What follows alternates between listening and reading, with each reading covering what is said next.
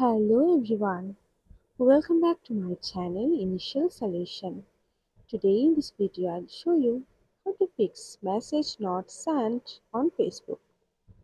So go for your messenger and click on this three line option, click on settings, scroll down, go for help and click on unable to send message on messenger. Scroll down, then go for no, click on other. Now you have to describe the problem. After all these things, you have to go for just submit. Then Facebook authority will reply you within 2 days. So that's it.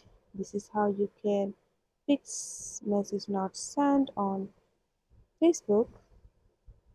Hope this video helped you. If it did, then please like, comment and share. Subscribe to our channel and don't forget to hit the bell icon for more videos. Thank you. This video is sponsored by xirosoft. Xirosoft offers graphic design, UI UX design, digital marketing, and web development. Elevate your brand with xirosoft today. For more details, check the description box.